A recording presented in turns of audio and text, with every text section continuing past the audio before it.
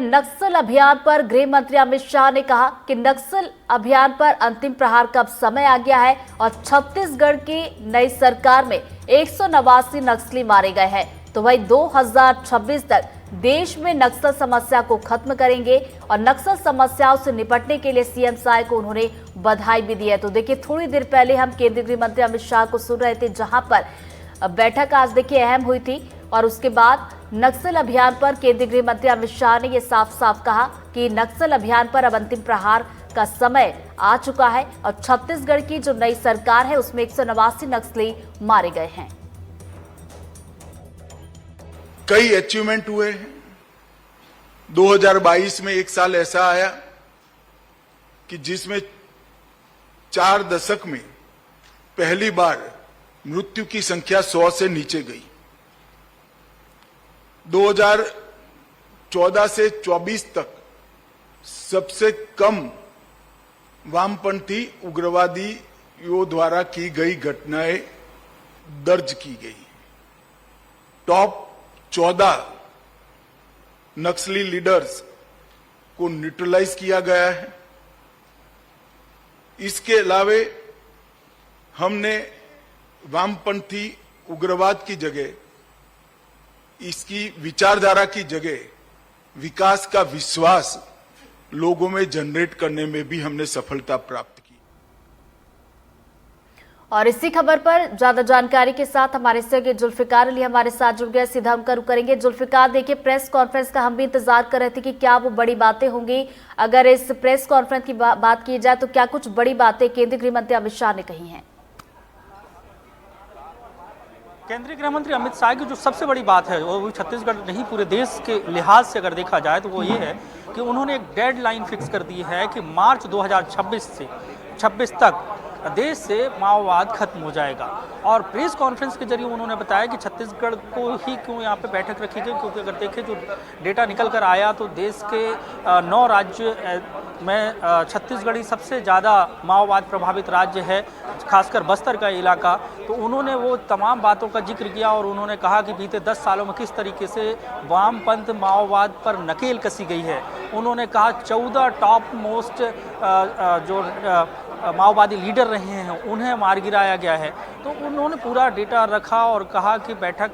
थी और उन्होंने जो सबसे बड़ी बात कही वो यही कि मार्च 2026 मतलब अभी का अगस्त का महीना चल रहा है और ऐसे में अगर हम देखें तो करीब 18 महीने, 1.5 साल से थोड़ा सा वक्त ज़्यादा उन्होंने जो डेडलाइन दी है, तो ऐसे में ये वादा करना कि माओवाद खत्म हो जाएगा तो छत्तीसगढ़ के लिहाज से एक बहुत बड़ी खबर है। और छत्तीसगढ़ के खासकर बस्तर रीजन के जो लोग ये चाह रहे हैं कि वहाँ पे शांति हो, माओवाद खत्म हो और वो विकास की मुख्य धारा से जुड़ें, तो उनके लिए एक बहुत बड़ी बात उन्होंने कही है और बहुत बड़ा दावा किया है। हालांकि उन्होंने ये भी कहा कि उस क्षेत्र में सेंट्रल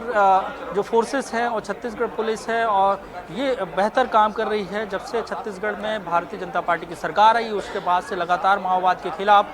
एग्रेसिवली काम किया जा रहा है और इस दौरान बड़ी संख्या में माओवादियों को मारा गया है। और उन्होंने साफ साफ कहा कि नक्सली हथियार छोड़ें, नहीं तो वो अगर पाताल के अंदर भी छुपेंगे और हथियार लेकर छुपेंगे तो वहाँ पर भी उन्हें सुरक्षा बल मार गिराएंगे। मतलब ये सीधे तौर से चेतावनी माओवादियों के खिलाफ है और माओवादियों का जो लीडरशिप है उनके खिलाफ सीधी चेतावनी है कि हथियार छोड़कर मुख्य धारा से जुड़ जाएं और समाज के जो विकास की मुख्य धारा है उससे जुड़ जाएं। अगर नहीं जुड़ेंगे तो मारे जाएंगे। और बीते दिनों के जो 8 महीने के ऑपरेशन छत्तीसगढ़ में देखे गए उससे तो ये साफ है कि जो छत्तीसगढ़ की गवर्नमेंट है और केंद्र सरकार के जो सेंट्रल फोर्सेस हैं उनके साथ मिलकर जो कार्रवाइयाँ की गई हों उससे माओवाद को बैकफुट में ही जाना पड़ा। और ये बड़ी बैठक इसलिए है कि छत्तीसगढ़ के बॉर्डर से लगे हुए जितने राज्य हैं, तेलंगाना है, उड़ीसा है, झारखंड है, महाराष्ट्र है, आंध्र प्रदेश है, तो इन राज्यों के जो डीजीपी हैं और सीएस हैं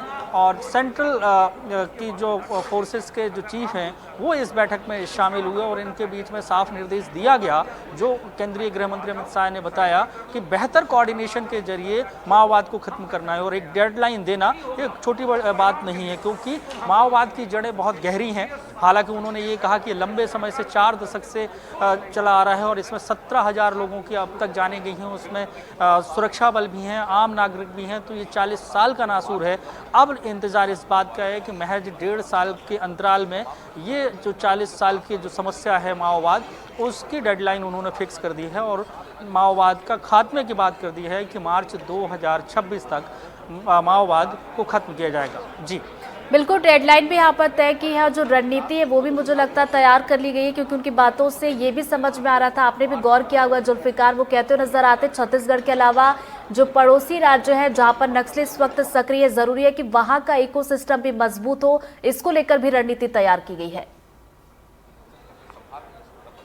बिल्कुल बैठक हुई है और आला अधिकारियों के बीच में बैठक हुई है और सबसे बड़ी बात जो है कि कोऑर्डिनेशन कमेटी की बैठक थी, मतलब कोऑर्डिनेशन एक राज्य का दूसरे राज्य से किस तरीके से हो, क्योंकि अगर हम देखें तो जो कानूनी तौर से है हर चीज़ का एक क्षेत्राधिकार होता है, जब तक बड़े लीडरशिप उसकी जो इच्छा शक्ति अगर मजबूत नहीं होती है तो उस पर काम नहीं होता है, क्योंकि एक जिले का जो क्षेत्राधिकार है दूसरे जिले को जाके क्लैश होता है। तो जब एक जिले का व्यक्ति दूसरे जिले के जो अफसरों से अगर कोऑर्डिनेशन बेहतर होगा तो कार्रवाई बेहतर होती है, अगर उनके बीच में कोऑर्डिनेशन गड़बड़ हुआ तो कार्रवाई गड़बड़ होती है। तो यहाँ पे इंटर स्टेट कोऑर्डिनेशन की बात है तो अगर जो छत्तीसगढ़ की बॉर्डर में मान लीजिए कि जैसे तेलंगाना से लगा हुआ रीजन है, तो यहाँ पे माओवादी अगर वारदात को अंजाम दे रहे हैं या कोई ऑपरेशन चल रहा है और यहाँ के माओवादी अगर शिफ्ट हो रहे हैं तेलंगाना, तो वहाँ के सुरक्षा बल अगर वहाँ से मूव करते हैं और उनको घेरते हैं तो ऐसे में जो माओवाद को खत्म करने का लक्ष्य है वो आसान होगा। तो समन्वय सबसे बड़ा इंपॉर्टेंट विषय है और उसको लेकर ही ये बैठक थी। तो सीधे बिल्कुल समन्वय को लेकर ये बैठक थी और इसी से जुड़ी रणनीति भी यहाँ पर तैयार की गई है। बहुत बहुत शुक्रिया जुल्फिकार आपका तमाम जानकारी और अपडेट्स के लिए।